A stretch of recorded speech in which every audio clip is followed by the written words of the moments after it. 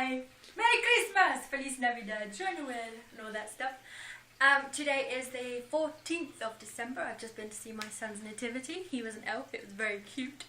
I've never seen someone dance with such floppy arms. But he did really well.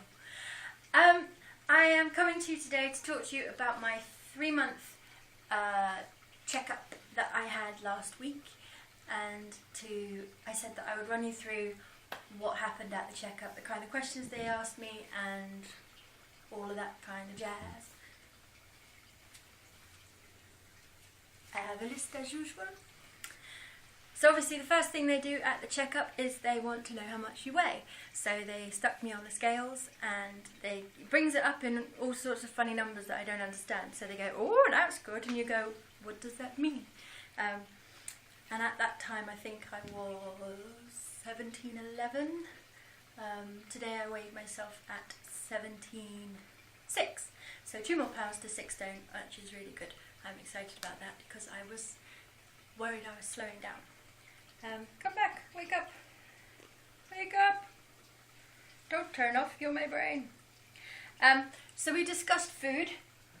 She wanted to know like what I ate on a normal day, what I would have for breakfast, lunch, dinner, if I had snacks, that kind of thing. So I ran her through kind of saying, well, I struggle with breakfast, so quite often I'll have a glass of skimmed milk while I take my tablets, and then lunch would be something like chicken, maybe some salad, that kind of thing, and then dinner was some other form of chicken, usually, and spicy, usually as well. And so she said, how do you feel about that? How do you feel about having chicken so often? And I was like, I get a little bit bored of it. And so she asked me what other types of protein I have. And I was like, well, I have chickpeas and sometimes I eat bacon. And she's like, what about sausages? And I said, well, I thought sausages wouldn't be so good because they're quite fatty and they've got a lot of rusk in them. And I have trouble with like bready stuff. And she said, if I get the higher quality sausages, not the cheap Tesco's own white label stuff, with horse in. If I get, what? You're telling me off? If I get allegedly with horse in. If I get the higher quality, they've got a higher meat content, so that's quite a good way to get a good dose of protein in, to have a variation from chicken. Not that there's anything wrong with chicken, I love it, and I'm very glad that I can eat it, because I know a lot of people struggle. So yeah, so my protein was like cheese, meat, Greek yogurt, that kind of thing, like I said last time.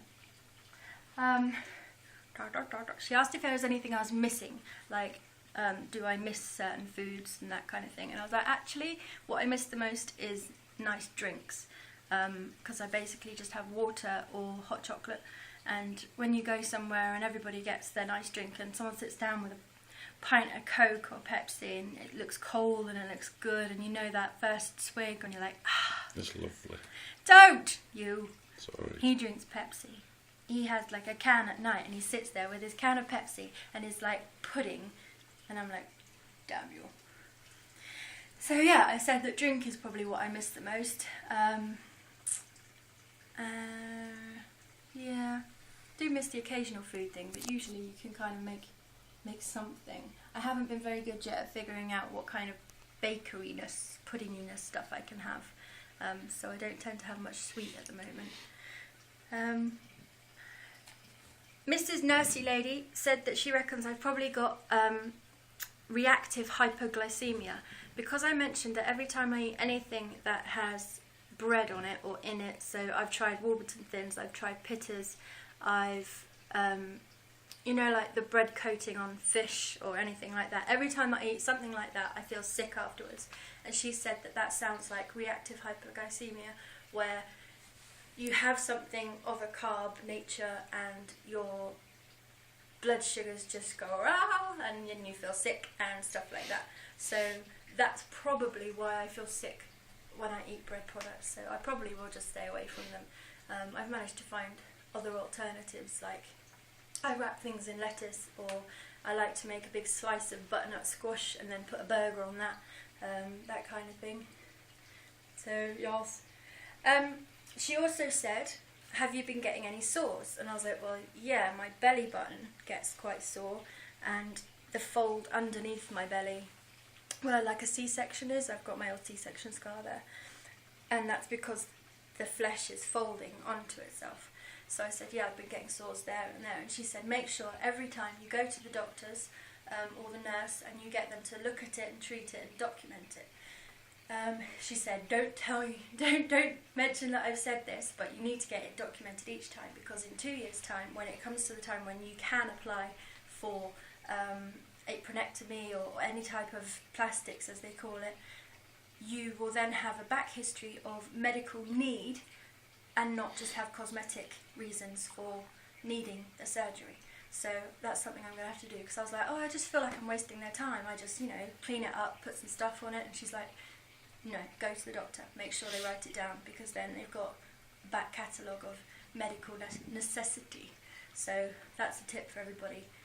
Make sure you go and get it all documented, because you don't want to keep all that stuff. You want to get that whipped off in a couple of years. I asked some questions. I had some questions that I wanted to ask the nurse. I wanted to ask about a B12 prescription. Do I need it? A lot of people I hear online have B12 supplements and infusions and things like that, and I wondered if it's relevant for me. She said it depends on the blood results that I get back this time. I went and had shitloads of blood taken. They just popped all the vials on and stuff, so they were doing what did they do? Everything. They did B12, folate, iron, and normal counts of reds and whites and all that kind of stuff. So it depends on my results as to whether or not I need any other prescriptions. I'm already on iron tablets 3 times a day because they said that I was anemic. I asked about protein supplements, or whether I should be just having my protein purely through diet, because I see a lot of people online are religiously having like protein shakes 3 times a day or that kind of thing, putting in the protein powders into their meals, and I was like, no one's ever mentioned this to me. Am I supposed to be doing this? Is this something I've forgotten or missed out on? But she said that they like to get you to get all your protein in through your diet, and she looked at my sheet of like typical foods and stuff and my meals. I've got it all on my fitness pal if you want to have a look. And she said that I was doing fine. From what I was eating, I was getting a high amount of protein in, because I always have my protein first, like you're supposed to. And she said that she couldn't see any reason that I would need any protein supplements. So I suppose everyone's different countries, different rules and stuff. I asked if it was correct for me to be having 200 grams per main meal, because sometimes I sit down and I go, that's quite a lot of food. I have a tea plate, and then the inner circle's about that big, and that's the part that I use for food, and I don't go upwards, I just keep it kind of level. And so I just wanted to check that I wasn't eating too much, and she said as long as I have a tea plate and that it's not over 200 grams per meal, that was fine. And she said, so when you have a chicken salad for lunch, would you have a whole chicken breast or a half a chicken breast? And I was like, a half. And she's like, yeah, that's fine. So apparently it's fine. I asked about fruits. I said that I'm getting to the point now where I would like to try some fruits. Is there any tips, hints, anything I should stay away from? And she said basically just try stuff and see how you react with it. She said you should aim for about 10 grams of carbs per portion of fruit, because fruit, numbers. A palm-sized amount of fruit apparently is about a portion, and there should be about 10 grams of carbs per portion. She said that some fruits have more sugars and carbs than others, so like bananas and things like that only ever have like a baby one or a piece of it, because otherwise it's got too much content. She said berries and things like that are good, and she said to just try little bits and see how you react with it. So I haven't really... What I want to try is melon, but I know that that's got quite a high content. I tried a grape yesterday, but as soon as I bit it, it was really, really sweet, and I was like, whoa. So yeah, that went out the window. My last question was, how do I maintain a loss? I said my weight loss chart used to go like proper downhill ski slope, and now it's levelling out a bit, and I just don't want it to grind to a halt. And she said, she looked at my records and went, at this point, you don't have anything to worry about. She said, in the first year after surgery, they like people to have lost 70% of their excess body weight, I think. In the first year. About 30. Oh, was it? Yeah, I don't know. I think she said 70% in the first year. Yeah. And I'm at 3 months, and apparently I've lost 50% of my excess right. body weight already. So she said, even if at a year out I was still at this point and had maintained that loss, they would be happy. So she was like, don't worry about it, you're doing fine. It's just that I'm like, but I want to lose more. I like that I've lost some, but I still see how far I have to go. So yeah, she said that I was doing fine and not to worry, just keep doing what I was doing. I think that's all my notes. That's a lot of talking. Somebody asked yesterday on one of the forums what they do, what tips or anything people have for Christmas events. So they're trying to stay away from the foods that they don't want to be having, but they're having trouble with that at like parties and family occasions and things. Just stop Christmas. Just stop Christmas. That'll do it. You're a bar humbug man, you are. I like Christmas.